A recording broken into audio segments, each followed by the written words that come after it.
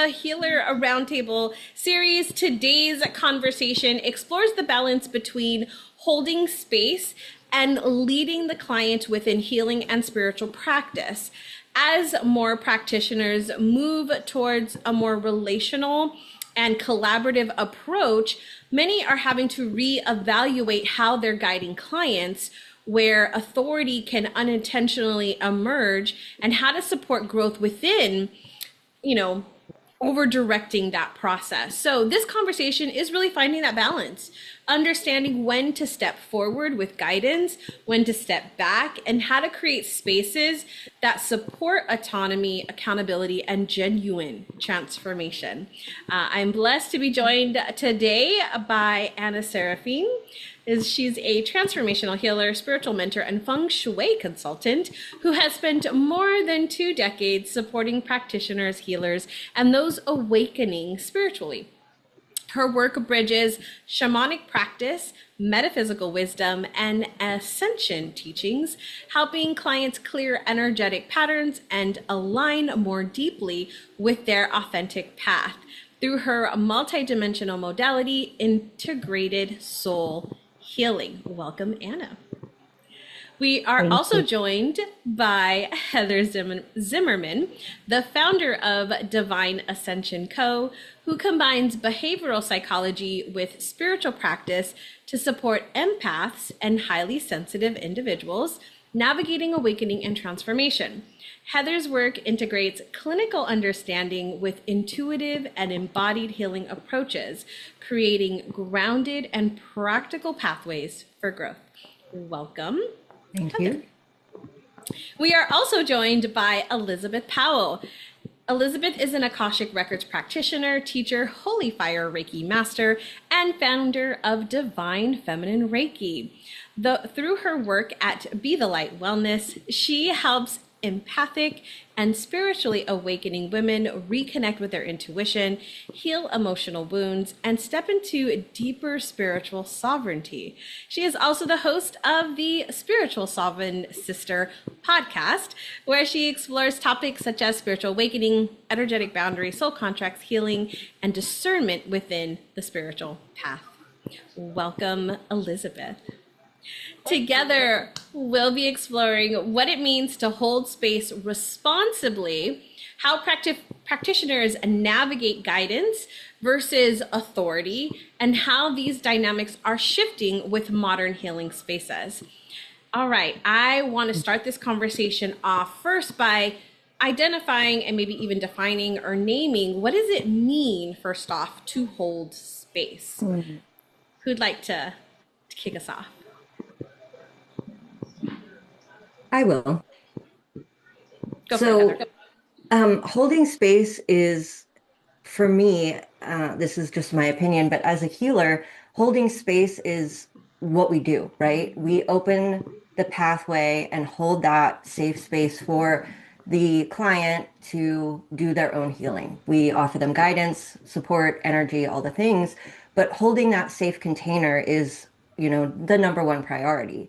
And so you have to meet the client where they're at and allow them to feel comfortable, allow them to feel safe to open up, to make sure that you have, good feng shui, as Anna's, a professional at here, but having that safe space, whether that's energetically, physically, if you do in-person sessions, but holding that safe space is so important.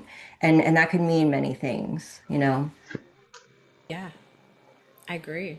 So I'm hearing holding a safe space. Anybody want to add to that or see it a little bit differently?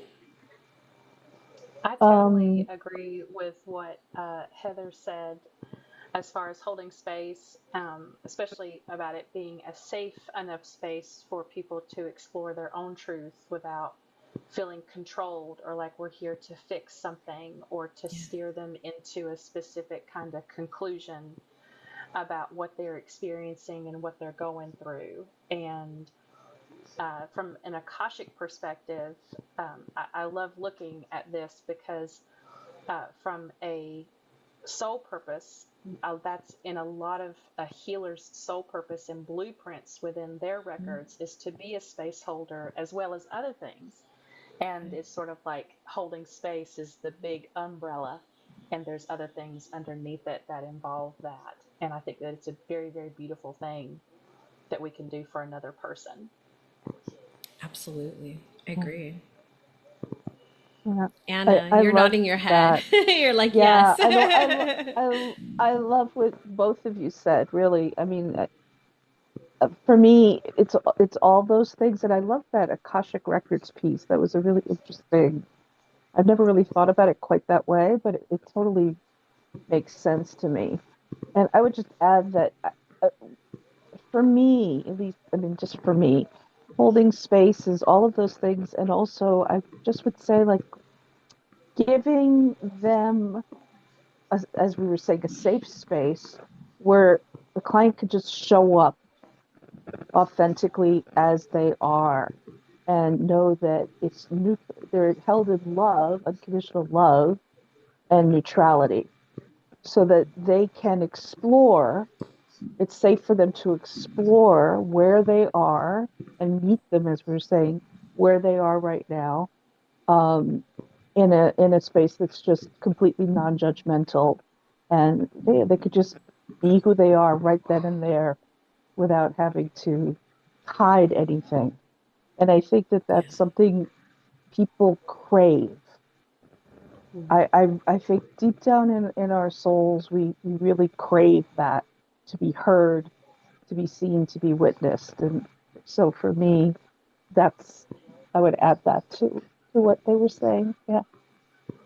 Yeah, I agree. And I would you say that because for me, what I find is it is not a passive act. Like holding space is not a passive act. I think sometimes people think of it as, oh, I'm just going to sit here and that's holding space. Like if we just think about holding space for a friend, for a family member, right? Not in the practitioner world for a second, but if we just think about holding space for somebody, it can often appear, right, as if we're just being very passive. It's just a passive thing that we're doing.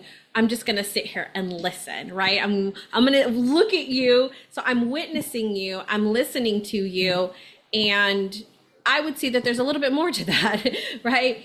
In when you're holding space, even if it is for a family member or a friend, I think it gets a little bit more, it might get a little bit more involved when we're talking about a client, but it is a very active, at least for me, it's a very active thing that I'm doing because I'm not just sitting there listening. I am watching, right? I'm looking at the person's body language. I'm looking at how their eyes are moving, how they're like holding themselves, the words. I'm also paying attention to the words that they're saying. And again, I love that you brought in the neutrality piece of it too, Anna, because that to me is where that is a key. It's a safe space and it's a judgment free zone where somebody can come and share what it is that they probably can't share anywhere else. Like I used to say this all the time, like, I'm the person you come to when you can't talk to your mom, when you can't talk to your husband, when you can't talk to your best friend. Like, this is who you come to, right? Because I am not there for the benefit of anybody but them, right? Like, I don't have how do you say it? Like, sometimes family members or friends, they have like an expectation or they think that you should be doing something, right? And so they have that kind of lens on it. But with a practitioner, like moving into that idea, with the practitioner holding space, there is no judgment. There is no, nothing more than I'm here for the benefit of you and helping you receive whatever it is that you want to say. So when it comes to that idea of holding space, do you find it being a more active or passive thing that you're doing in your sessions? There is, I mean, just coming from and this is probably not completely relevant, but there is passive space holding. As a neurodivergent person, it's called body doubling. So when you need someone just to be there, right? To make sure that it's kind of like a accountability, right? So whether you're on Zoom or whatever, or in person, just having someone else there, but it's still, even though it's passive because you're not necessarily listening or holding space in that capacity like you are as a practitioner, having someone's energy there is, a sense of accountability. So, but when it comes to even, taking it to that next level where you're like, okay, now this person wants to be heard or seen or felt, now that you get into that more active role. And then as a practitioner, obviously that goes into an even deeper level, as you were saying. So there is passive space holding, Yeah. but I don't think that's exactly what we're talking about. I just wanted Yeah. to say because sometimes Yeah. sometimes that passive stuff is enough, not as a practitioner, but when you're trying to hold space for someone, it does count. It's just not, the practitioner space. I love that you brought that in, Heather, because I would agree. Like it isn't. That's why I kind of brought that up. It's like it's not. There is the passive aspect of it, and then as practitioners, it's a little bit more on the active side. So thanks for bringing that in. Anybody Yeah. else have anything? Yeah. Yeah, go for it.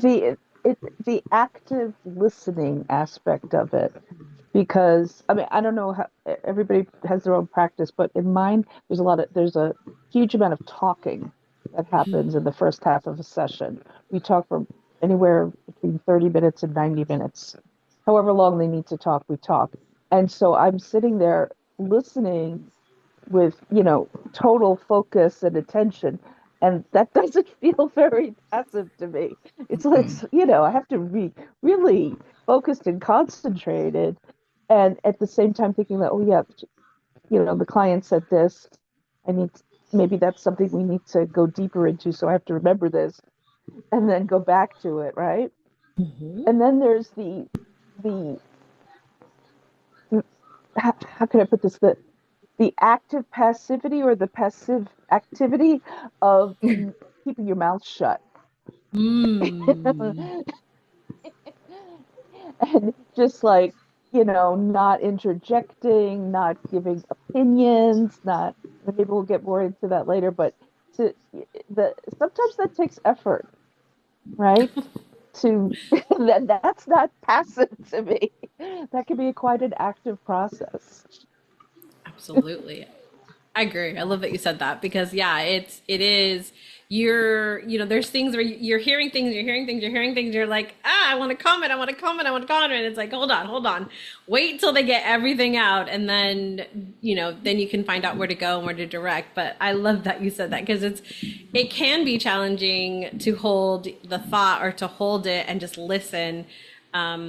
And not try to, because I think also what people are used to with their friends or their family or others are they're waiting, they're like, well, tell me, right? Like they say something and they're like, tell me what it is. And that's where I know we're going to get into this, where we start to lead, right? Where we're not actually in that space of just holding the space for them, but we're starting to lead it. So yeah, I love that you said that.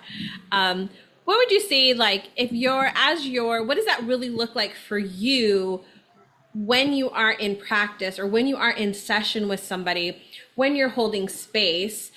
What would you say is probably the hardest thing that you have been challenged with in just holding space? I know Anna mentioned the talking, and I'm gonna raise my hand for that one because that one's definitely one of my pain points. What about you guys? What do you find Um, challenging? Yeah, go for it, Elizabeth. um, early in my practice, um, I had to I had to learn for my own healing how to really set my own desires to people please and to fix and to rescue to the side and realize that that's actually the opposite of what a person needs in that moment, where it's if somebody's coming to just be vulnerable, there's a huge fear for some Yeah. people in being vulnerable. Yeah. And I think as practitioners, when we really sit down and say, okay, how would it feel to be in the client's shoes whenever we're sharing and whenever we're coming to people with really difficult, scary things sometimes? Um, how would I want to experience that? And that can be that empathic piece, right? But then stepping out of the need to rescue and to fix. That was what was hard for me in the beginning. And the Yeah. more that I did this with clients, I realized that they felt safer when I didn't do those things. Yeah. and that it allowed a natural flow of, them feeling the emotion and facing whatever it is that, whatever shadow work they're trying to do, or um, you know things like that. They were able to move through it a lot better, and I could hear that whenever people would, say to me, they're like, especially in Reiki sessions, it's really amazing to me that a lot of women, especially, we're not used to being in a safe space. Yeah. We think that our homes are safe spaces, even. And we Yeah. realize whenever we go to places like a healing session, what safety actually means, because we're experiencing it. It's not just theory, we're embodying it at the time. And women will say, "What did you do? What did you do to me?" I'm like, "I didn't do anything other than created a container." And that's to let you know just how little safety you feel in your life and what that feels like. And now that you know what it feels like, you know how to create that for yourself.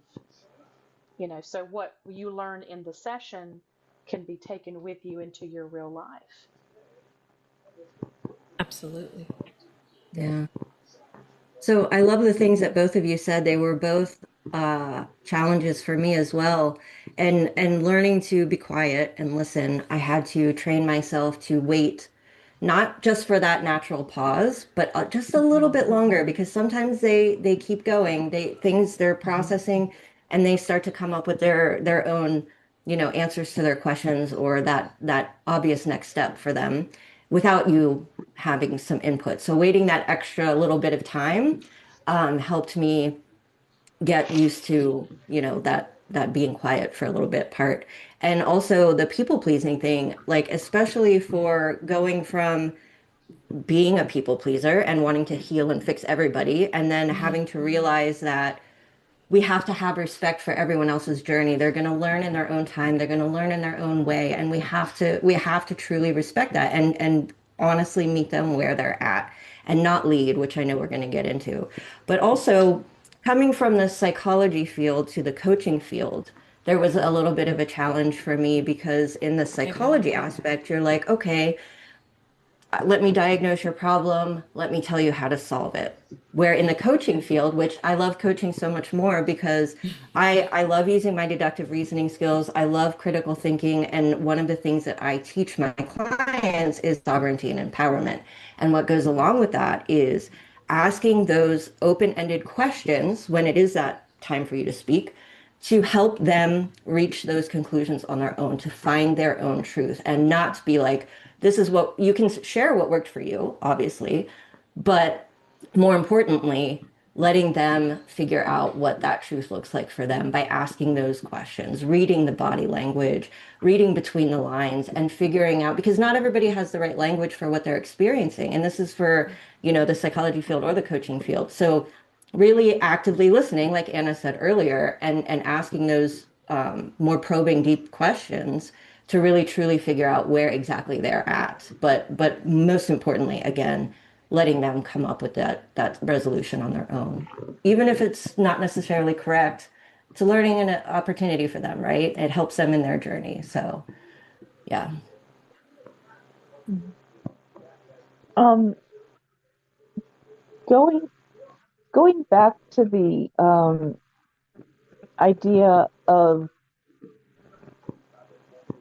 being a safe space for people, I'm also thinking about the the clients I've had who've come in, started the process, we're talking and everything, and then the more they talk, trauma starts to come up, and some of them start releasing, through the talking, and some of crying, even screaming, on rare occasions. Uh, I had one client who was fortunately a friend who just got up and started walking around the room and took off all her clothes because she suddenly felt very overheated. Yes, it was a good friend of Wow. mine. This was early on, and I was like, you need to do what you need to do. Yeah.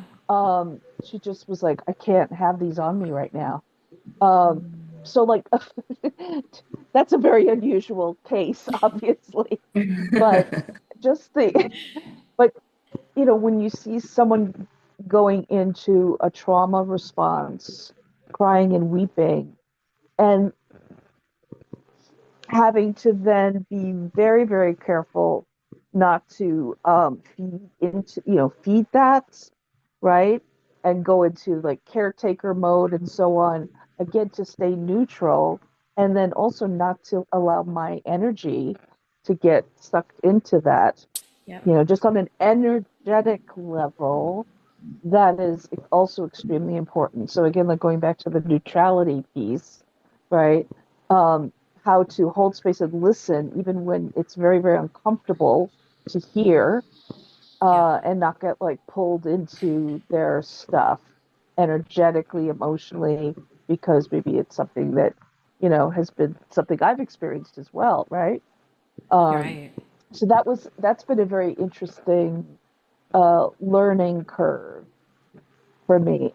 I, and I think it's an important piece to be able to again give them that safety to explore, but then also to know how to direct it a little bit, or to manage it so that it doesn't start spiraling down and going somewhere that is not helpful for the Right. client, right? Right. I love that you're bringing this up. So you're leading us right into this next part, Anna, and that is that idea of holding space and leading. Because you're right. There's a part in the sessions, I'm sure we all have experienced this, where you get to that point where the trauma does come up and there is a response. There's usually a physical response of somewhat that starts to happen, and they're used to that. That's what they're used to doing. They get to that point,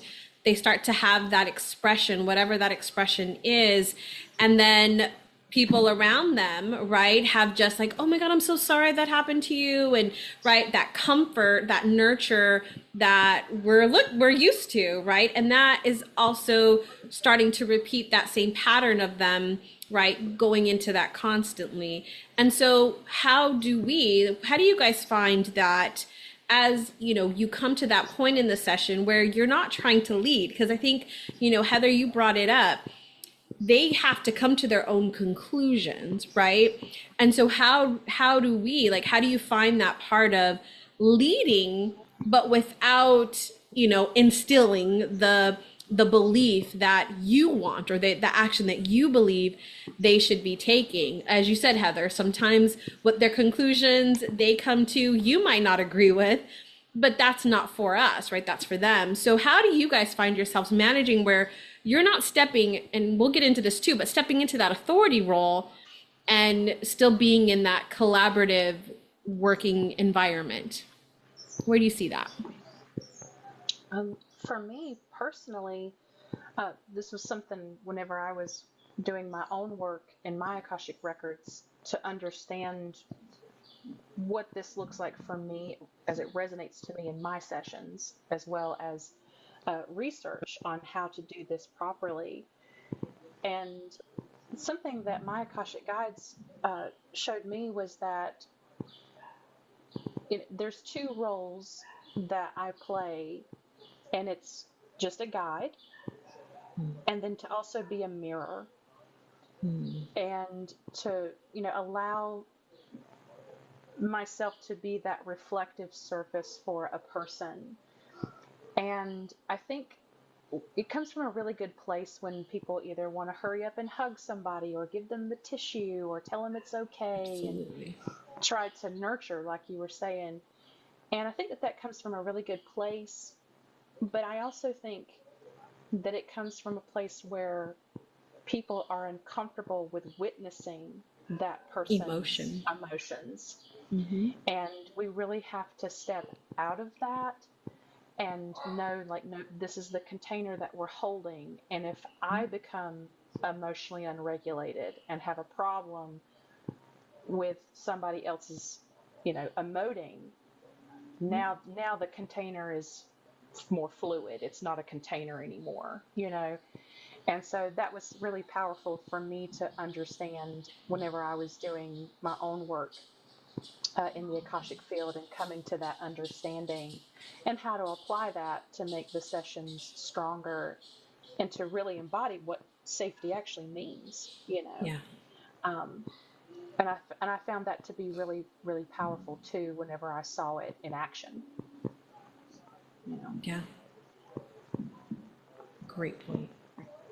Absolutely. And like I was saying, asking those questions is important to help them reach those conclusions. But at the same time, like as a healer, I believe that as long as we're one chapter or one step ahead of the person that we're helping, because we've been through that. So if you're, like Anna said earlier, if their trauma response triggers you, well, that's telling you that you need to work on something first, and you Yeah. can't bring that into the space because, like Elizabeth said, now it's not that safety container anymore. So you have to make sure that you're doing your own energetic hygiene, your own inner work, your own healing to keep that safe space. But also, when you think about crying or those emotions, that is an energy release. So you have to encourage them, let the tears out. Go ahead and scream into the pillow or whatever it is. Let it out. Like people who are handing you the tissues or giving you the hug, like Elizabeth said, is it's almost as if they are uncomfortable with that and they're trying to end it. Like they're trying to Yeah. solve it. So you Yeah. stop, crying or whatever the case may be. So you have to encourage them to let that energy out because that alone can be very healing on top of the talking about it and the energy work and things like that. So it's important to encourage them to let out that energy, but also then, depending on what your modality is or how you help people with the healing, then you go into that next step where you're like, okay, well, what do you think this is trying to teach you? And I mean, I'm just saying there's obviously different levels and things like that. But for example, what do you think this is trying to teach you? Like getting them out of that victim mentality and all of the things and trying to get them through to that next step in a way where you're not leading and telling them the answer, but again, asking those questions to help them get there on their own. Yeah. 100%. Yeah, there's There's something very also somatically. Oh, I'm sorry, Anna. no, no, no, There's something please. very there's something very somatic about feeling the tears running down the face as well, and sitting with that, and it teaches a person to be their own witness too. It's like you don't Right. have to be uncomfortable because I'm not uncomfortable either. We can all Mhm. just sit here. It doesn't necessarily have to mean anything. We don't have to attach a meaning to it. It can just simply be what it is and releasing the pressure of that to mean something. Yeah. I think there's a bit of a misnomer about that expression, right? And that I know for me, I had a client that was like, Danny, I'm so mad at myself because I let my ex trigger me, right? Her words, I let my ex trigger me and I lost it and I was yelling and I was crying and I was like, and she was talking about all the ways in which she was expressing how she was feeling. And I sat there and I was like, my goodness, that's like the best thing you could have ever. I'm like, I'm proud of you. Like I was, cheering her on because that is the best thing that she could have possibly done for herself is allow herself to express whatever that is. And she's like, I'm still angry. And I'm like, great, like get it out, right? Like that is, I think, obviously our society is barely starting to catch up to that, which is really great that emotions need to be expressed. But as the practitioner and us holding that space, I think that is probably one of the most, like you guys have been saying, the most powerful thing that we can do for somebody is just witness them in their expression and it be safe to do so, right? Even if that's the only place they ever get to do it, there you go, right? Anna, you had something Yeah, to add no, there. just a quick thing, just, how often is it that when they do start crying or releasing, they start apologizing, Yeah. Yeah. right? I'm so I mean, sorry. I'm that so happens sorry. so, right? And Hmm. you're like, you have nothing to be sorry about. Hmm. That's what I say. You have absolutely nothing to Hmm. be sorry about. I usually like never apologize for emotion around me. That's one of my Yeah. key phrases. Never apologize for emotion around me. Ever. We've been so So, programmed to, oh, sorry. Go ahead, No, Anna. no, no, no, no, no, no. I don't really have anything to say.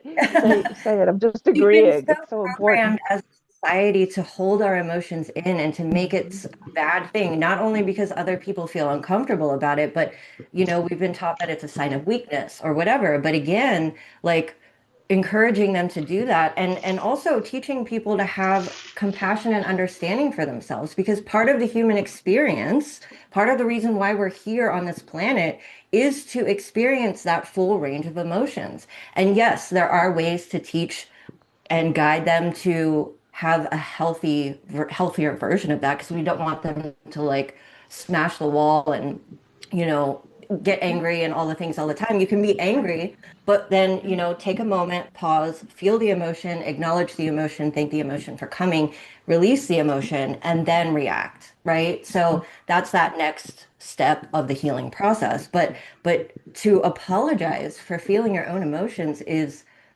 something that we've been taught that we need to help people, kind of deprogram from that kind of mentality. Yeah, I totally I agree love with it. that. I think it's important for people to learn to befriend their emotions because that's part of their intuition. That's part of their Hmm. internal technology system that's telling them something. And that's the whole reason I think a lot of women do not trust their intuition is because we've been programmed to not listen to our body and and our emotions with it. We've been told women aren't supposed to be angry. That's not ladylike, or cry, and it's a weakness, like you were saying. And it's in fact, quite the opposite, really. You can learn so much about what's coming up for you if you'll just sit and talk with the anger, and you might learn how to communicate how you're feeling to somebody else, and it actually deepens the relationship that you have with the other Yeah, person. Yeah. yeah, Hmm. I, I would absolutely. I would add something though. I'm curious what you think about this. I I'm a little bit like I don't know what's the word. Um, there are from time to time, I've had clients who, when they come back, they tend to repeat the same emotional release over and over again. And I think there is a danger there of like allowing them to just repeat loops and stay looped into it. Um, so that's, in my opinion, the moment when we might want to gently steer them to in another direction or to because I think we don't want them also just repeating the same releasing over and over and over again, re-traumatizing themselves. There's like a fine line between the Hmm. two, Yeah, and I think we have to also maintain that. And there's that delicate balance between just holding the space for them to have their experience, and then gently guiding, leading if necessary yeah, in order to so that they can have a more productive session instead of just repeating the same stuff over and over again. That's my opinion. Um, yeah. Curious what you think. You're absolutely right. And there's a part of a healing session that I think maybe as practitioners we know or we think about, but we don't emphasize this enough, and that's the integration piece afterwards. So, like I was saying earlier about, asking those questions, what is this trying to teach you? Getting them out of that victim mentality. Well, whenever you're going through, especially a traumatic experience that you're trying to heal, to keep them from going through that same behavioral loop, like that integration piece is so important. So, like for me personally, with my clients, we talk about it, we ask those open-ended questions, but I also send them off with worksheets and workbooks and guided meditations and things like that to try to help them reframe. And this, I don't know if this is just the psychology part of me coming into my healing sessions, but like that mindset shift is so important where you're like, okay, well, this is how I felt about it before. And I keep saying victim mentality because that's usually a big one, but also like why is this happening to me instead of why is this happening for me? So helping them reframe that, where like me personally, I've been through so much trauma, I've been through so much stuff, but I look at them as a gift. It took me a while. I'll be honest, it took me a while to get there, but that's kind of the goal, right? Is to help them go through those mindset shifts where now they're getting out of that same mentality and that same mindset and trying to look at it from a different perspective so that they get out of that repeated loop of behavior and thought patterns and working to the next level. Yeah, I agree with that. Integration is the key afterwards, and sometimes that can look like mindset work. It can look like somatic work, and it can be a combination of all of it together. And I think that that's what is really important. Is yeah, okay, we can sit down and we can befriend the emotion and figure out what's the lesson in it, what's it trying to teach us, and then how can we take that piece with us versus the story of the victimization? How do we stop identifying with that? And now, what do we want our identity to be like now? Because we can either take, the stuck fear or, you know, hate or anger with us, or we can hold on to the wisdom. We can carry that with us instead. But the system, our energetic systems can't do both, you know, and it's a lot less heavier burden to carry the wisdom with us and what we're learning than to Mhm. carry that heavier stuff into the future. That's my perspective on that. Yeah, I would agree. I agree. I love this conversation. I love what you guys are bringing forward. The one thing I would add, I would say for me is there's a neutrality that I'm always looking for with whatever the experience was, right? Like we said in our sessions, right? Like we want to get them or we want to help them get to a point where it no longer stings, right? Like it's no longer hurting them or causing them some type of pain so that it feels like it doesn't feel as it once have. It might not feel as bad, but like I'm very clear that I will never forget my traumatic experiences. It's not a forgive and forget, right? It's not it's that's not how it is.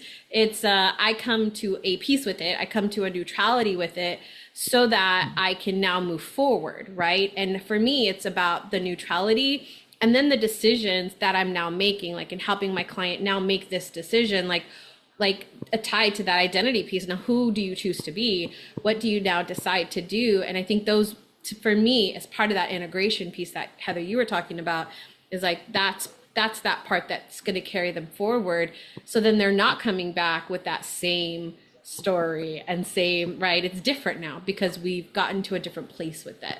So I love this. I think it's great in how we're leading but also still holding space because I want to kind of get into this now in this authority piece because Elizabeth, we're very similar in the sense we both work in the Akashic records. And so I know Anna, right, like I'm sure Heather, we all work with some sort of guidance, right, in our sessions. And there there's the people that love to come and get the guidance. Tell me what the Akashic records have to say. Tell me what my spirit guides want me to know.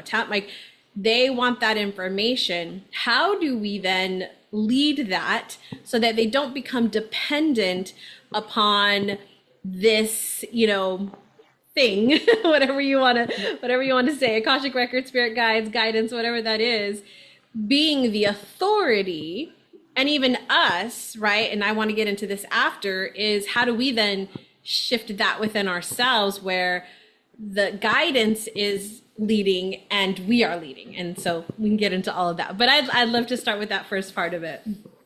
Yeah, so the If Akashic I could, field. Yeah. Oh, go ahead. Sorry. Go no, ahead, no, Anna. no. Yeah. Oh.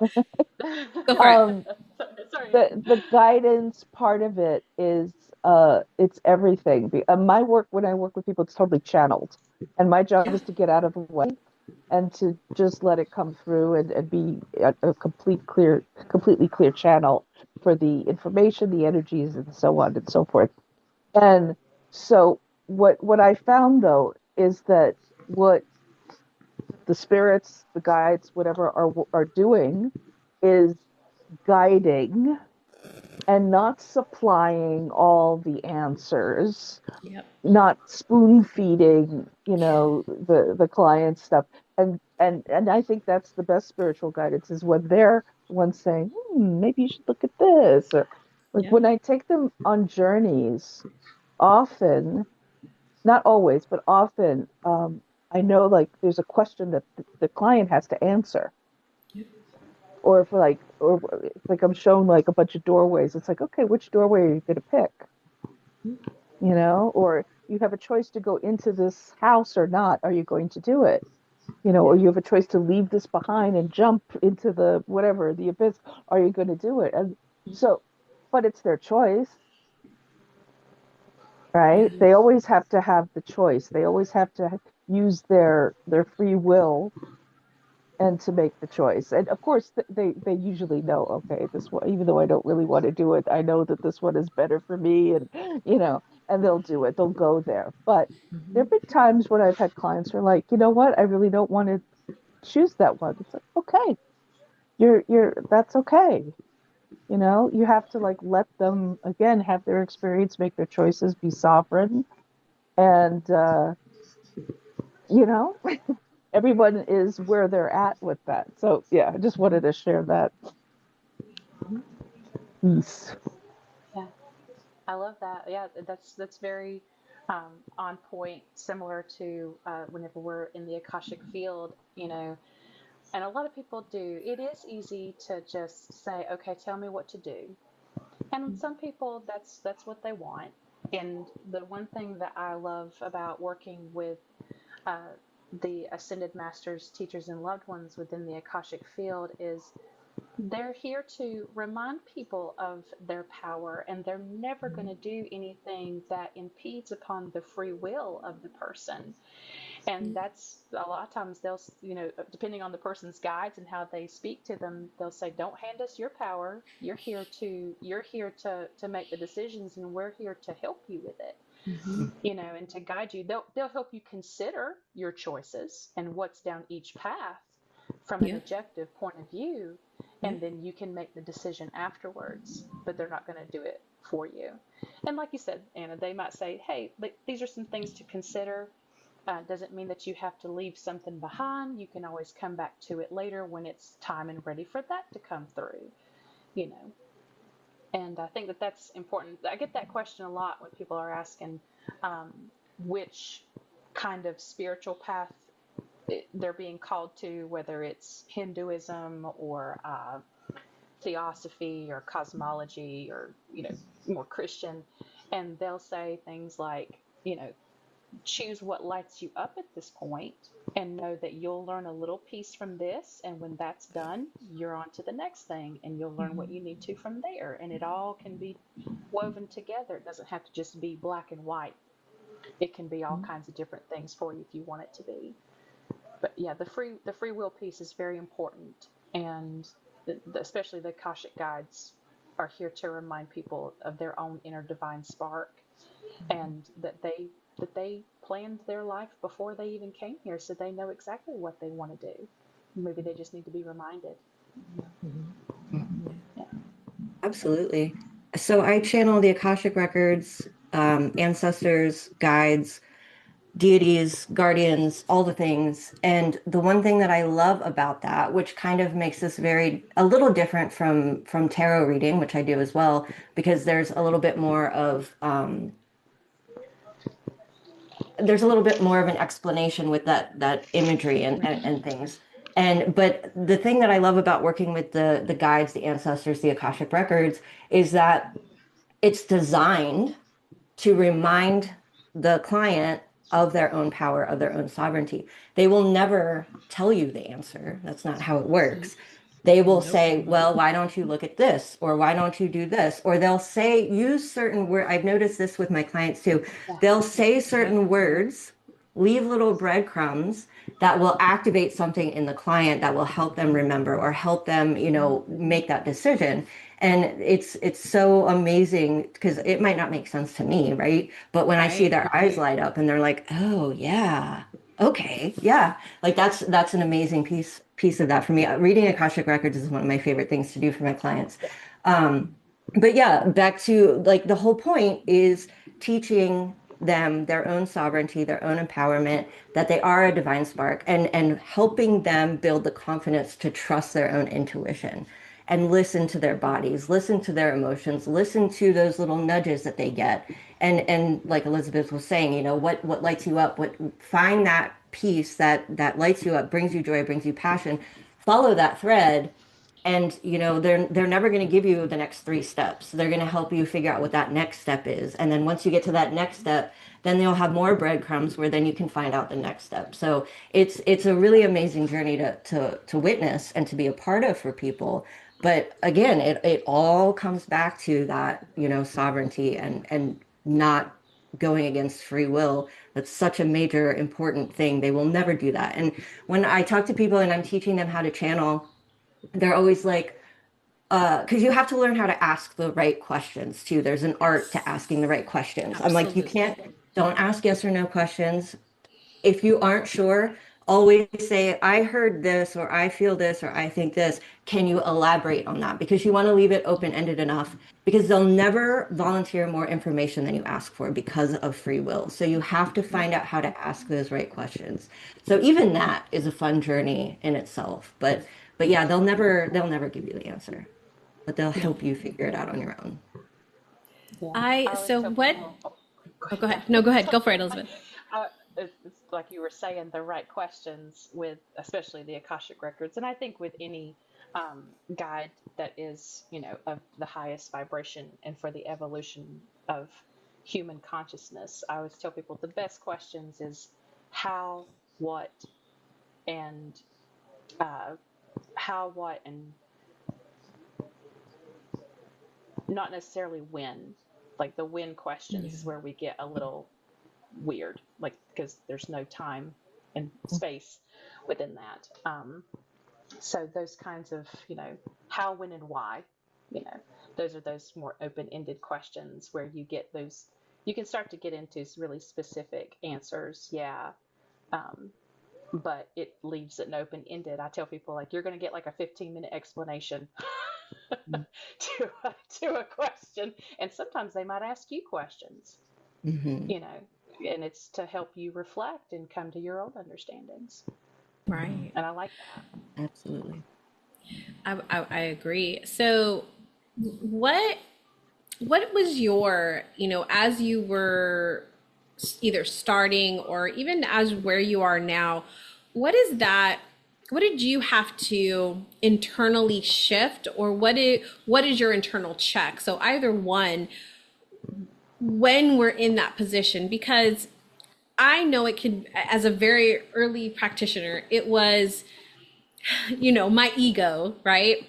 Wanting to quote unquote fix people and coming back to the people pleaser idea of wanting somebody to have the transformation, wanting somebody to have the right answer, and being that channel and being able to do that. And I think I love that you said this and you brought this forward, Elizabeth, is that when, right? Because as a new practitioner, I know that people would ask me and I was like, when? I don't know, like they want a when, like how do I get them the when, right? And that's not what I was getting, or I would start to sense that this was the when 6 months from now, or right, I'd start to have this like, also I would pull in astrology and be like, oh well, the timing is here, like, I had that drive and that like I need to solve that for them, like I need to help them. And I had to, for myself, realize at some point, right, that that's not helpful at all, because then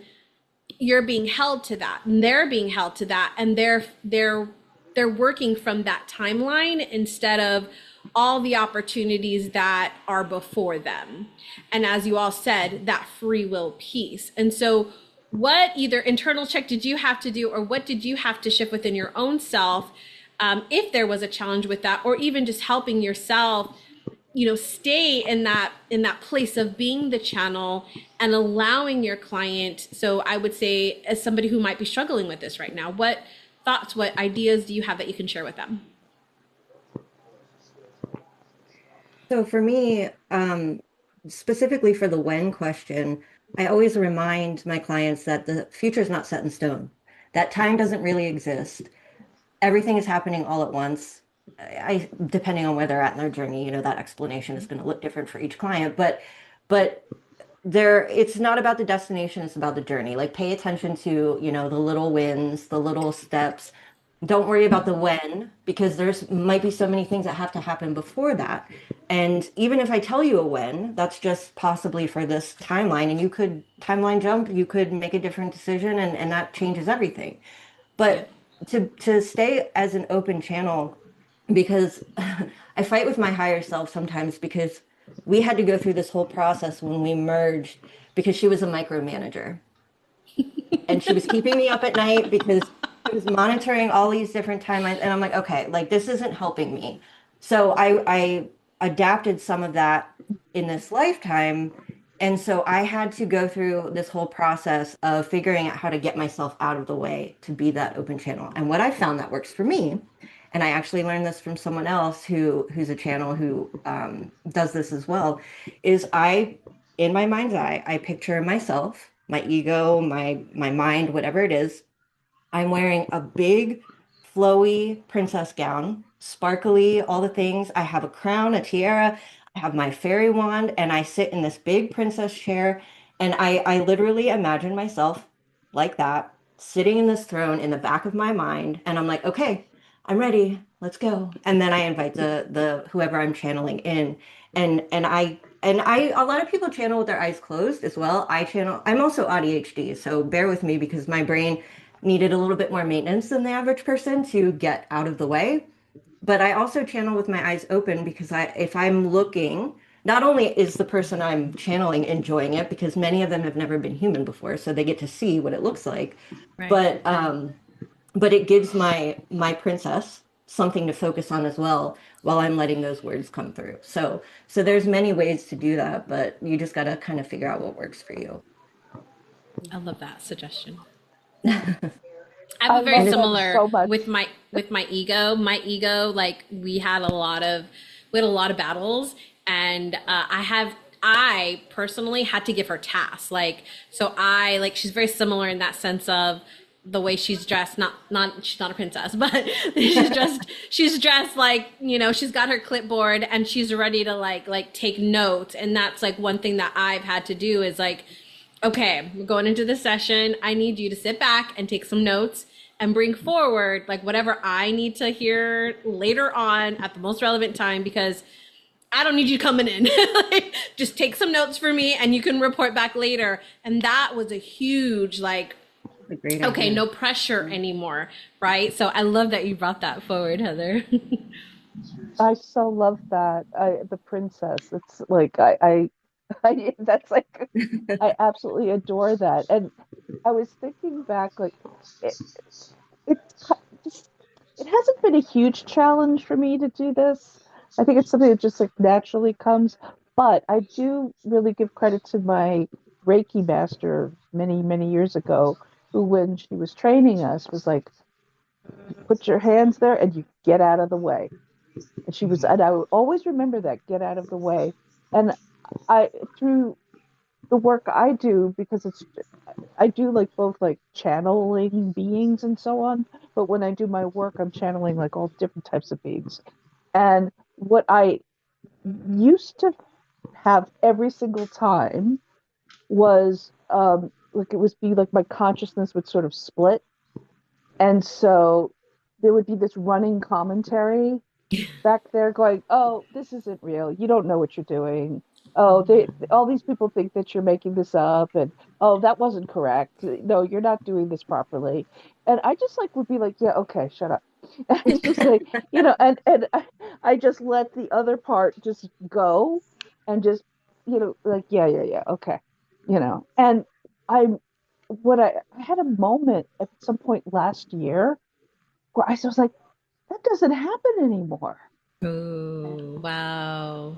I was like, I'm like, that doesn't happen anymore. And I thought, oh, I was so excited. Yeah. I was so happy. And I was like, wow, I just trust now. And I think that's really kind of key, is to trust yourself, and to to honor your own sovereignty and abilities and your path, and know that you're on it and you're embodying who you're supposed to be and so on. But I just like I'll never forget it was be like I was like, yeah, just go away Yeah. and just keep going and just keep going and never let that divert you from either the message or the path that the healing is being, the healing that's shown to you the way to go and so on. And just, yeah, but yeah, that little ego personality voice back there. Yeah. Mm. For me, I use the ego as a marker, especially like because whenever we're going into the Akashic field, we're going into those dimensions where the ego doesn't exist.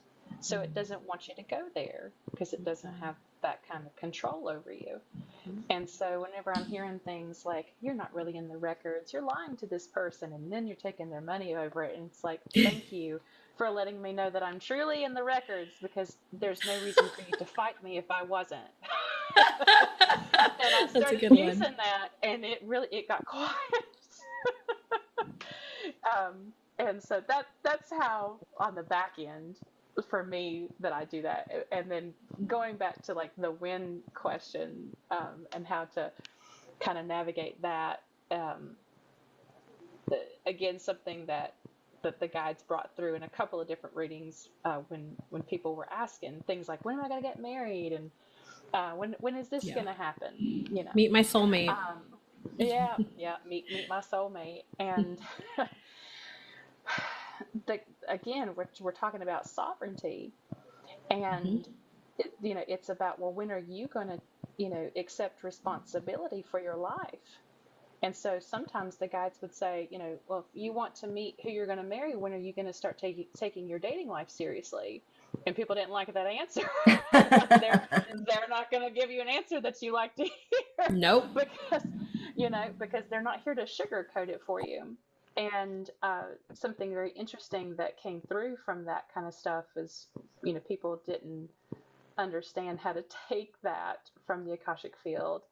Is they would remind a lot of the people, and they would remind me too, because it's easy to get sucked into Yep. that control creates dependency. Yeah. you know and if you're handing over your power to even beings of love and light, Hmm. then you're allowing something else to control you, and you're creating a dependency upon that. And guidance is what creates codependency and healthy empowerment for people. And so, when you kind of explain to clients that when is not really what's important, and even if it is important to you, if you just can't detach from that, if that is important to you, then what action steps do you need to take for that win to come to you? Because you have the power to choose that. You Yeah. may think you don't, but you do, if you can look at it from a different perspective, one where you're taking responsibility for your part Mhm. in that aspect. And what does that look like? But yeah, Yeah. they'll tell you exactly what you need to hear. Even when you don't want to. I just That's want right. to piggyback off of something that you guys were talking about the ego, because I had an issue. I mean, we all go through that, with the building the confidence and the trust and everything. And one of the things that I teach my clients is called horizontal partnership. Whether you're working with the ancestors, whether you're working with crystals, other practitioners, the guides, whatever, like you're equals, right? And that's the same thing with your ego. So this is, I just want to share a quick story. When I had to get through working with my ego, when I had to get through working with my heart, when I had to get even pain, I will Mm. channel them. And what I'll do is I'll visualize like, okay, I'm standing there and I see my inner child, I see my ego, I see my mind, I see my heart, whoever it is that I'm talking to. And I recently just went through a whole energy release of releasing this protector part of my identity that was protecting my inner child through this whole life, who was actually filtering a lot of things for me. And so what I do is I visualize them as a person, or usually it's a child because I do a lot of inner child healing work. But I visualize and I'm like, all right, guys, guess what? And I get them all pumped. I get them all pumped, and I'm like, we're leveling up, we're glowing up, guys. And I talk to them, and we assign new roles, and I'm like, this is what we're gonna have to do. Like in my ego, I was like, things are gonna change a little bit. Like I'm gonna need you. Like I used to before the princess chair thing, I would imagine like here's a coloring book with some crayons, or I asked my mind the one time I was like, what can I do for you to help you? And my mind likes hearing Beethoven. So I would play Beethoven in the background and that would keep it occupied, right? But I just talked to them and I'm like, all right, guys, we're leveling up. Like, this is the new thing. This is going to be our new roles. This is what we're going to do. When I need to channel, I'm going to need you guys to step aside, but you're equally important. Thank you for all the things that you've done. You're not any less important. Our job descriptions are just changing a little bit. And like, this is what's going to happen now. And that really seemed to help a lot because I'm like, all right, are we all on board? I need everyone to agree. Let's raise hands. And then we hug it out. And then we have a 15-minute dance party. And it's just like hyping them up and making sure that those different parts of you are on board, Yeah. are included on the team. Don't feel like you're like Elizabeth said, the ego can't go to the Akashic records. Okay, well, now it feels like, and even the protector thing, like I couldn't move forward because the protector was afraid that it wouldn't exist anymore. So I was like, you still exist, but your job description is going to change. You don't have to be on guard 24/7 anymore. Let's go have some fun. Let's go. I have a cosmic dragon I work with. Let's go for a dragon ride. Like, let's do these things. And just making them feel important and loved really does go a long way. I just wanted to share that. Yeah, I think absolutely. the ego thing I is, love is that, something we Heather. all deal with. Yeah. Yeah. I think a lot of people were really quick to villainize the ego, The ego. and it's a really important aspect. Otherwise, why would we have it when we Mhm. incarnate? It is to protect us and to remind us how awesome we are. Sometimes it can be misguided, Yes. but Yes. it's important. And I think so many people within the spiritual community, we hear a lot about ego death, and Mhm. it's not so much about killing off something. No. It's more about, again, the identity of what is it attached to, that's the piece that we let go of, and it becomes something else that we can work with. And I think it's very important that as practitioners, that we also, for ourselves and for our clients, that we remind them, like, yes, you are a spiritual person, and you are a spirit, but you're having a human experience. And to marry those two things together, because you're here for a reason, and you stop resisting that human experience, it's going to be a lot easier for you. And I think Ram Dass said it best in his book Be Here Now, where he was trying to ascend out of having a human body, and the guide that he was really communicating with at the time was like, hey, you signed up for a human incarnation. How about you take the curriculum? And I read that and I was like, that's exactly how the Akashic guides talk to you. Yeah. But it's important, like you were saying, Heather. I think that's a really good point. Yeah. I want to shift the conversation just slightly here because I know, specifically, Heather, you work with empaths, but I also know we all, right, probably have worked with empaths or highly sensitive people in our work.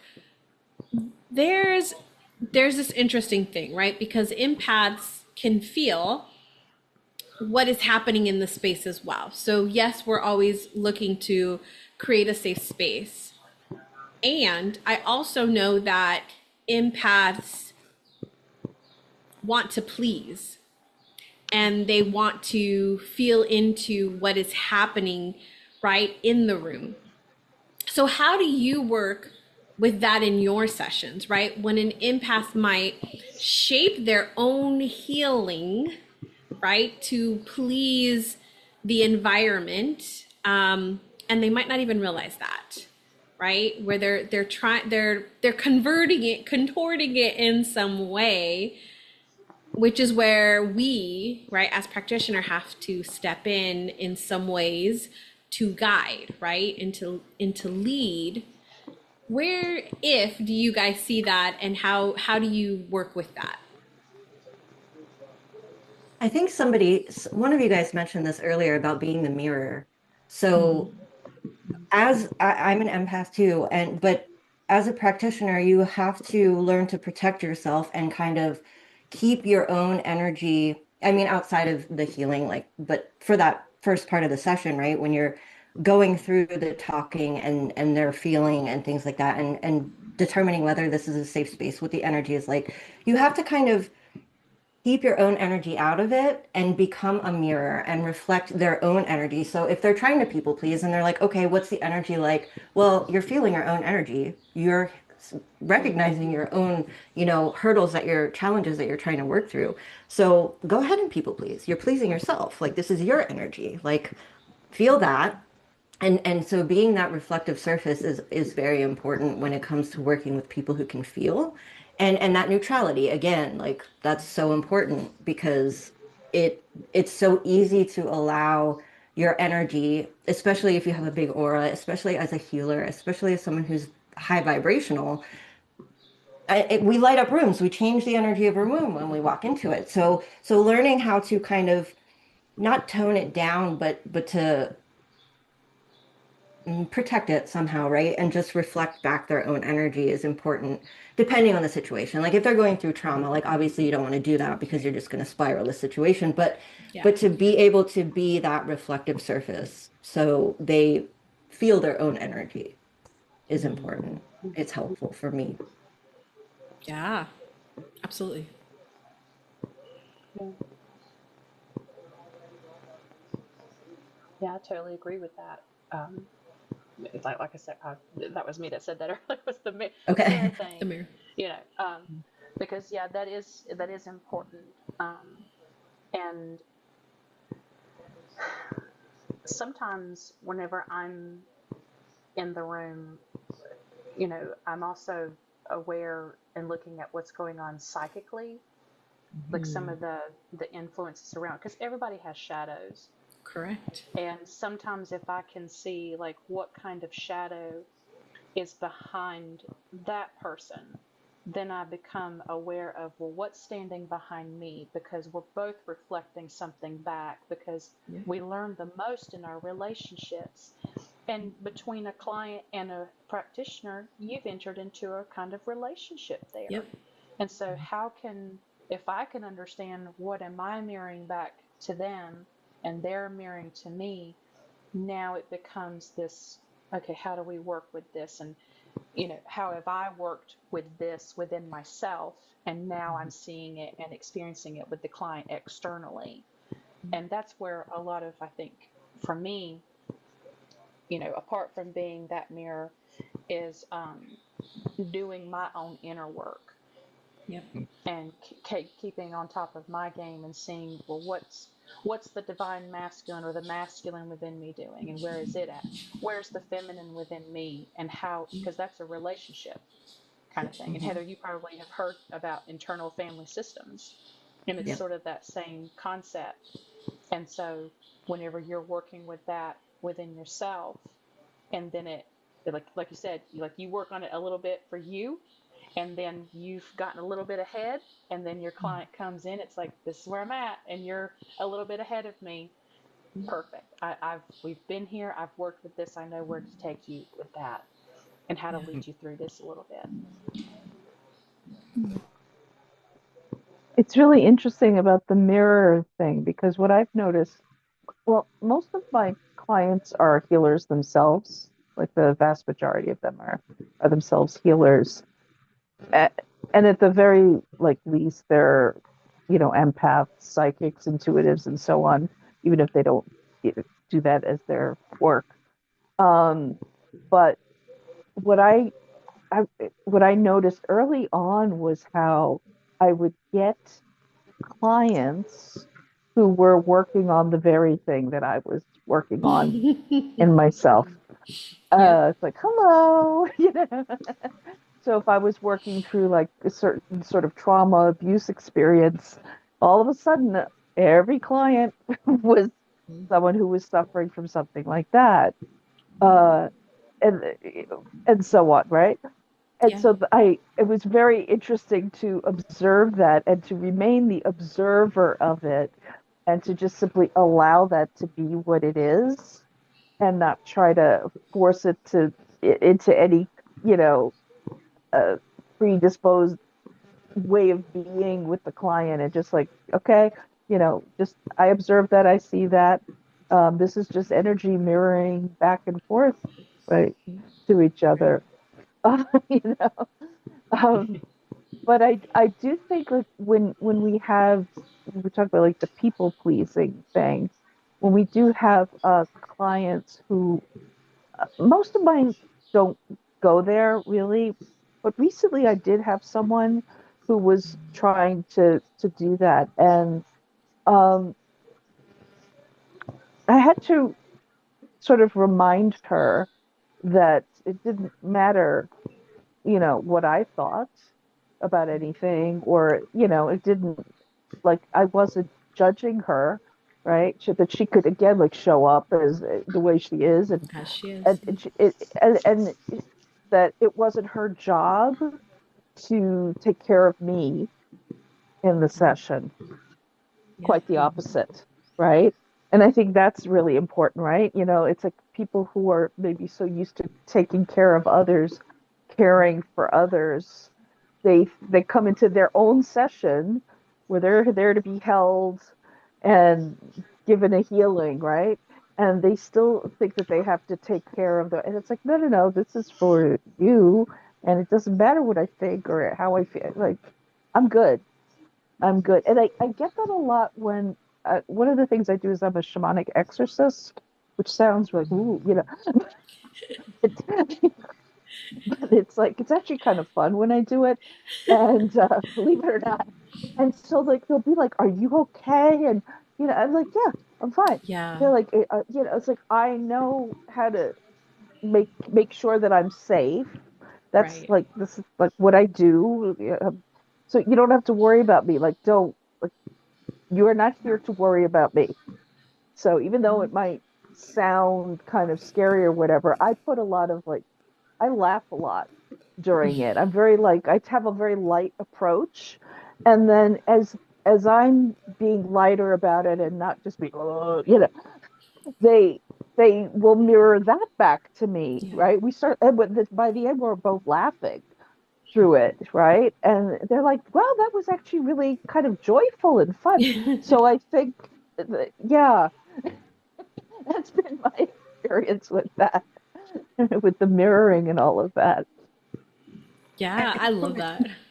I just want Go to add ahead. one thing to something that Anna just said about, um, oh God, now I lost it. Something you said about, oh my God, hold on.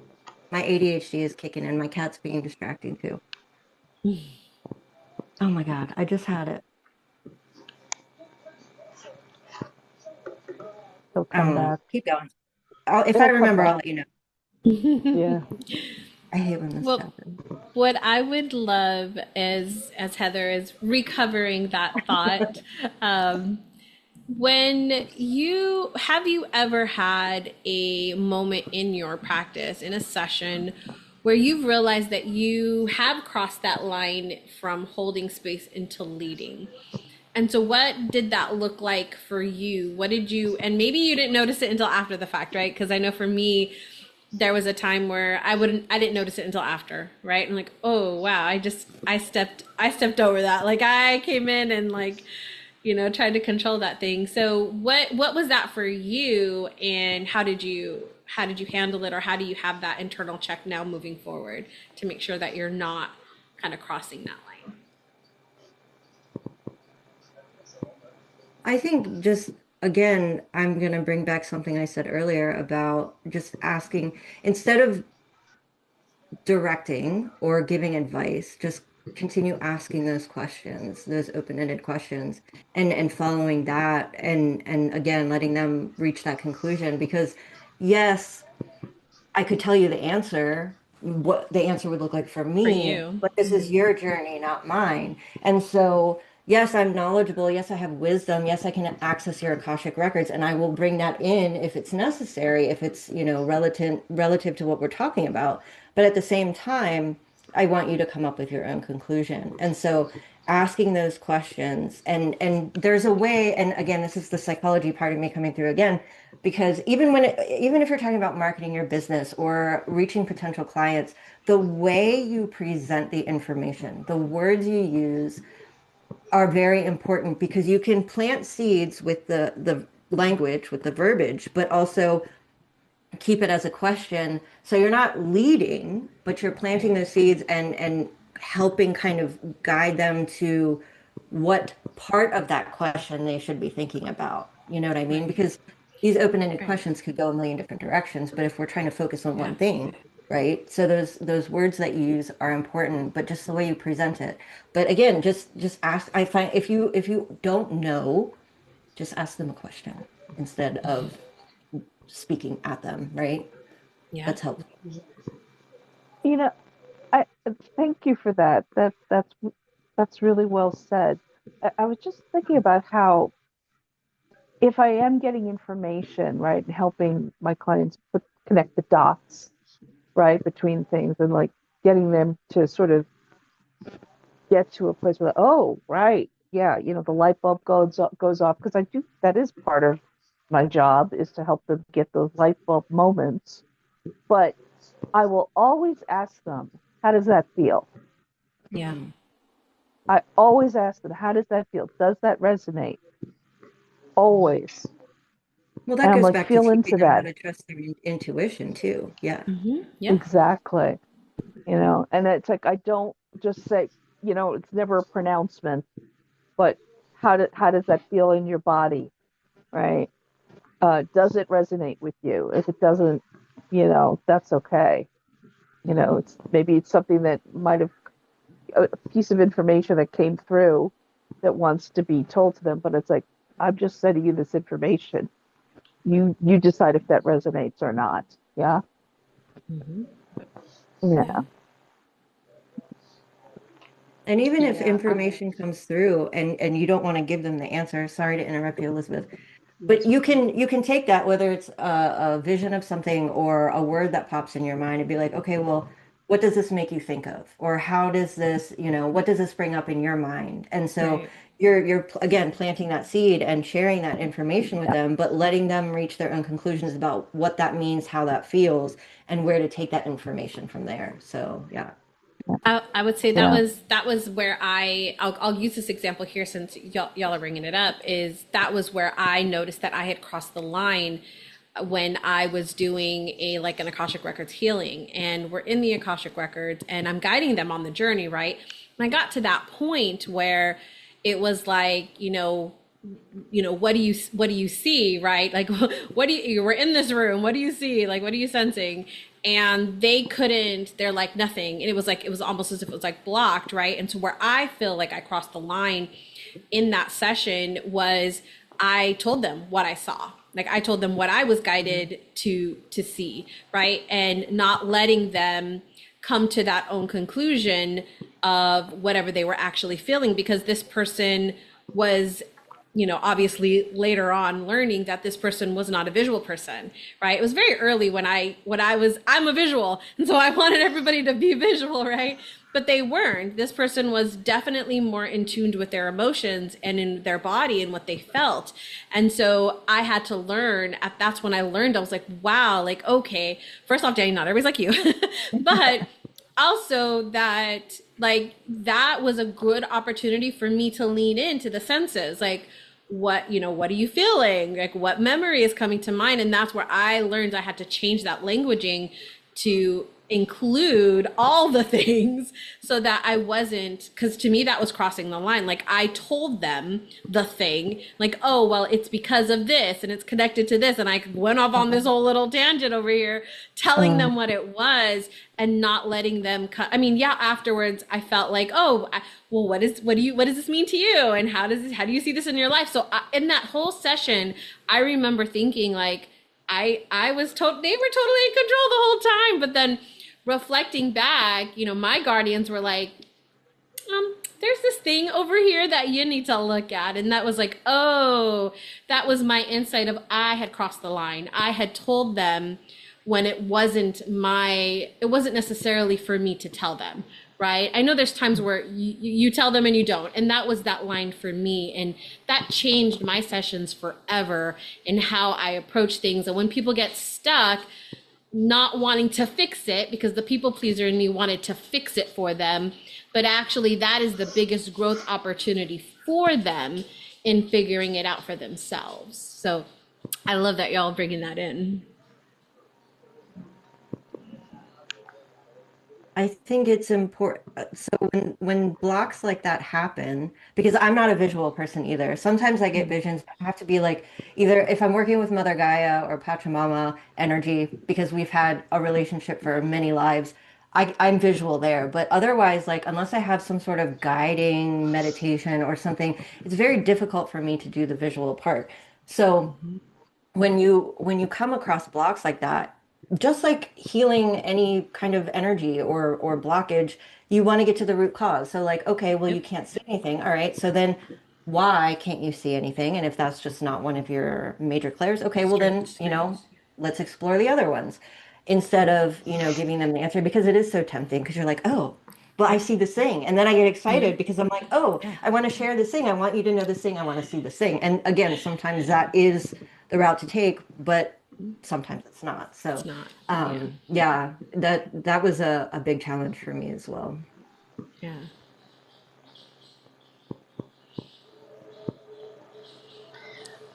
Yeah, for me, I know I do shamanic journeys with people too, and that's the very first thing is they'll ask you is what does it mean?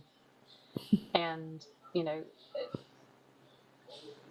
it's very important sometimes to not interpret their what they're seeing and what they're experiencing because their guides, you have to trust that their guides are helping them to understand what's coming up. And you may interpret something for them, and then they It's take wrong. that and they don't explore what Yep. else it could mean. Mm-hmm. And that was something um, whenever I was starting out, is, my Akashic guides were like, it's not wrong that you want to help and that you want to do that, but you need to understand why you want to Why? do it, because that's Yeah. the karma, is understanding why. Where is that coming from? Is it coming from that egotistical place of I want to help and fix, or is it coming from, a higher vibrational space of guidance and things like that? Um, and stuff like that. So to helping me was, okay, let me sit back for a second and ask myself, okay, with what I'm getting ready to say, why am I saying it? Where, and where's it coming from within me? Am I wanting to fix it and people please, Mm-hmm. or the opposite? And then for me, to help me within my containers and uh, and stuff, I got to where I would ask questions too, but mine would be more like, yes, I would ask the client questions, like clarifying questions. Yeah. But sometimes before I would answer, I would ask the person's higher self, what do you recommend? Yeah. And sometimes the answer would come through and be like, nothing, there's nothing you can do here. Yeah. And it's like, okay, I have to, even if somebody's spiraling and looping, sometimes people want to be in that and maybe they need to sit in that for They a need little to. bit, and that's part of Yeah. the journey. And I was like, man, that is so hard because Yep. I want to pull them out of it, but the answer was to do nothing. Yeah. And I learned too that, some people, especially whenever I do circles, and maybe somebody is just really, I mean, they are, they're releasing and they are like, I'm in the middle of just the struggle, and I hear other people or other healers in the circles are like, this person needs healing, you need to heal her. Like, I would never dream of taking this confusion and this feelings of lost away from you, Nope. because imagine what you can find on the other end. This, I'm not going to take your journey away from you, you know. And so I think that that was something that I had to learn, and that made it easier for me, was not asking myself, what do I do? It's asking the higher self of that person, what do you recommend? And it puts me in that curiosity mindset for something out that's not me and my influence to come through, but something that's more resonant to the client. I Yeah. think in the beginning, also it's hard to, like, when people are like, okay, well, what does that mean? Sometimes it's hard to filter out, like, okay, well, learning to be a channel and learning to decipher symbols and things like that. Like, I know what this means to me, For but it me. might mean something completely different to you. So that's why asking those Absolutely. questions is important. And another thing about what Elizabeth just said, like, the guides one time were like, how dare you? Like, how dare I?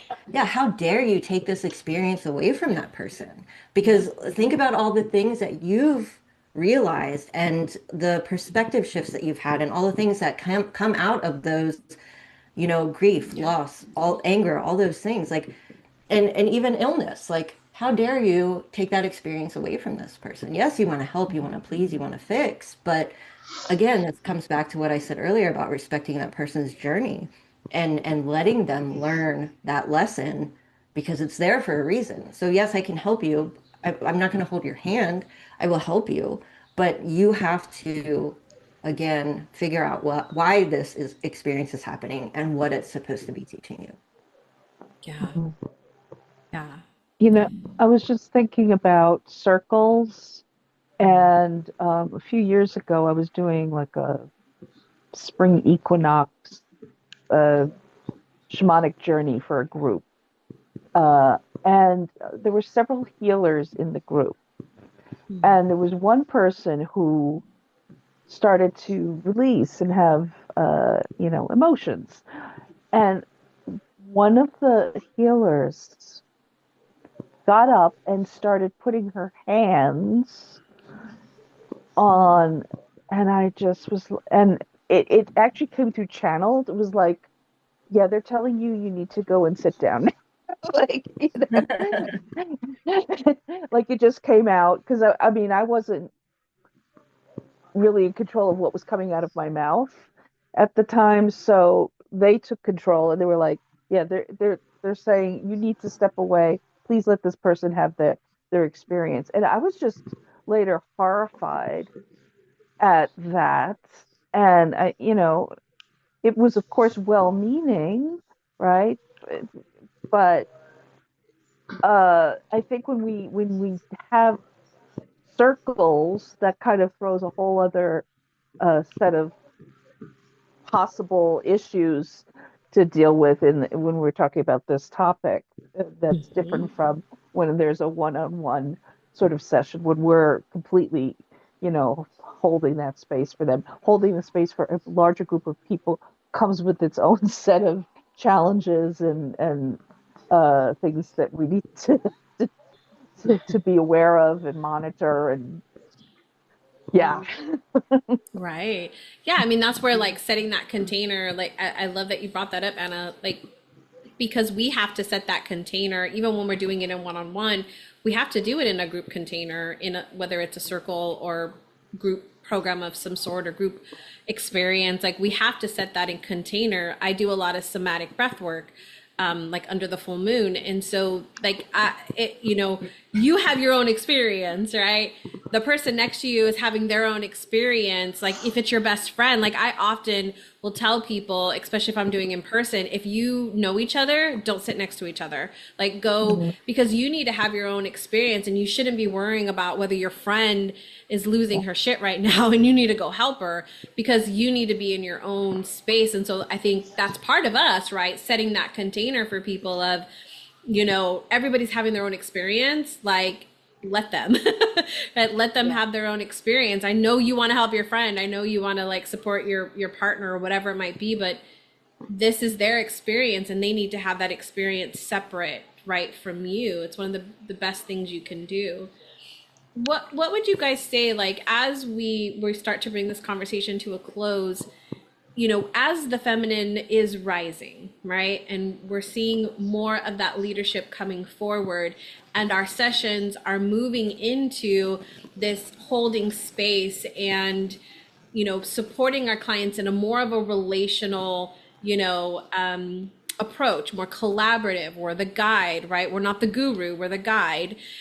What would you say, like, as this is shifting, how are you seeing it with your clients coming in, and how that might be shifting your own practice? Or is that just something that you kind of just stepped into and this is what you're doing? And also, I'll add in here any thoughts that you might have for somebody who is just stepping into this space as a newer practitioner and, is trying to figure out how to do that. Well, first, I remembered what I was going to say earlier. Yay! And your question kind of reminded me. And it was about something Anna said earlier about how she noticed when she's working through something and then her clients are coming and they're working through the same thing. So it's funny. I mean, this is kind of how the law of attraction, works, right? When you're at a specific vibrational frequency, that's what you're attracting. And, to emphasize what I said earlier about being just one step ahead of the people you're helping, because A, it's fresh in your memory, it's a fresh experience, and you know what to do to kind of guide them because you went through it yourself. But also, when you're in that space in the beginning, and now I repeat the question. I'm sorry, my brain is all over the place today. I'm having a moment. What was your original question for right now? Yeah, the I got original question excited that I is remembered. is in that balance shift, that shifting from that more like guru kind of Right. idea where I'm the authority, I'm the one that has all the answers, to this more relational guide type. Like, how are you seeing that in your own practice, and how are you working with that? So again, teaching that horizontal partnership, that equality, like I'm no better than you. I'm no more special than you. I'm not, you can call me whatever you want to and look at me with that authority, right? Because you're coming to me for help. But at the same time, like I'm not a guru. I'm not telling you how to fix your problem. I'm helping you figure out how to do that on your own, which is the opposite of a guru. And I keep saying like the age of the false guru is dead, and people are starting to realize like there is no one size fits all solution to any problem. And there is no reason why anyone should ever tell you, do it my way is the right way. That's the only way. No, Yep. honey, no. Everybody has their own truth. I don't care what that looks like. It's going to be different for everyone. And teaching that sovereignty and empowerment to your clients to figure out what that looks like for them is so important, because you don't want to create dependency. Like, yes, we can take as many sessions as we need to help you, because everybody goes through their journey at their own pace. But I don't want lifetime clients. I want to teach you how to do this on your own, right? So that you don't need me anymore. That's the whole point. That sovereignty and remembering who you are, trusting your own intuition. And so keeping that as a like main part of my framework with how I work with my clients is so important, because, asking those questions, everything that we've talked about today all comes back to that, is helping them remember that they have the power. They can do this on their own. I'm just helping you build that confidence and helping you, get to that step on your own, right?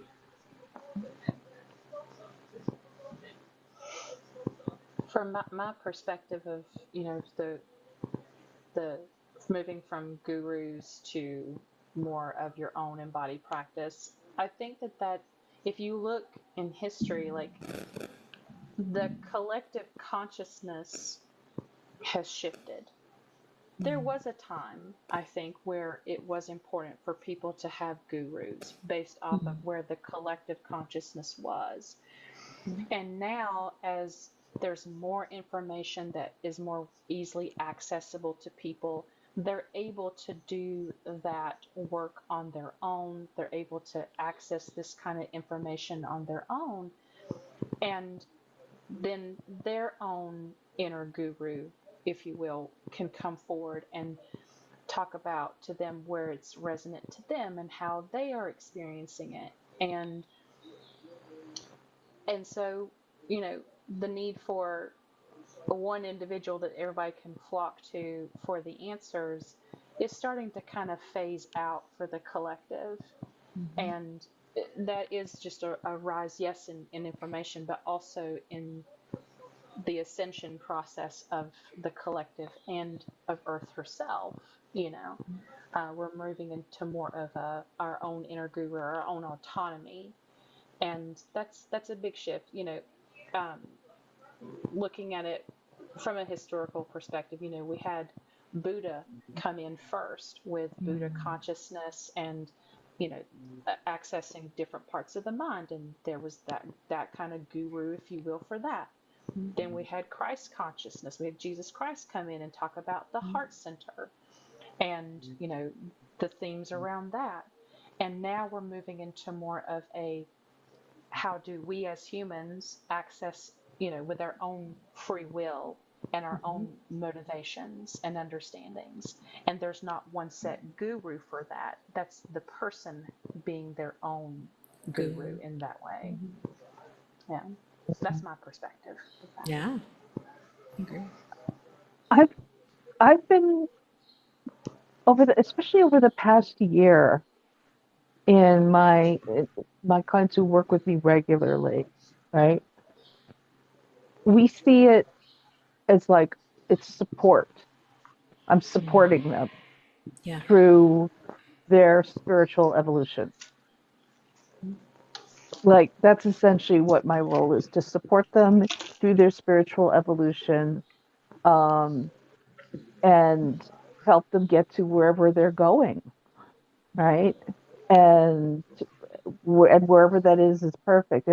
And I see it very much as like a kind of a co-creative process. We're in it together, right? I'm there with you, you know, to help you, but you know, it's support. Could you do it on your own? Yeah, but it's nice to have someone who's got your back and will, you know, call you out when needed, and tell it to you straight, and just and again, be that safe space for you to go through that process with. So that's been the evolution for me in my practice, is really just realizing I'm there to support them. Yeah. And quite simple, really, for me. Yeah. Yeah. It really is. Would you say as we bring our conversation to a close, any final thoughts on this conversation around holding space and leading our clients? Any words of wisdom or any suggestions or advice that you would give another practitioner as we move into this space? I Go will. for it, Elizabeth. I like to think of the healing work me as a practitioner, and I would say this to any other practitioner, is um, think of yourself like a lighthouse. Like, not everybody needs the lighthouse all the time, but whenever you lose your way, that light is always there to help you when you do need it. And that's what creates that healthy codependency relationship between practitioner and client. And if you can kind of keep that in your mind of like, oh, you know, I'm just a lighthouse, and no, they're not always going to need me, but I'm here whenever they do. I think that will help you kind of stay within integrity and healthy for you too as the practitioner. You know, because that's important. We need to make sure that we have a good energy around us as well too, and pour from a full cup than an empty one.